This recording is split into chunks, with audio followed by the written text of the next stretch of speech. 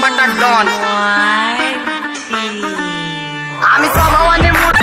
कधी थांबवत नाही हुड मध्ये डुडवाले पोरं माझे वाचतान रस्त्यावर वाचतात आम्ही पहिल्यापासून हप्ताने हुडवाले डॉन समोर वाजायचं इज्जत मध्ये ठेवतो बोलण्यात कम जास्ती कम हिंमत मध्ये कशव्यांना देत नाही मी किंमत कधी मोठमोठे गार केले गंमत मध्ये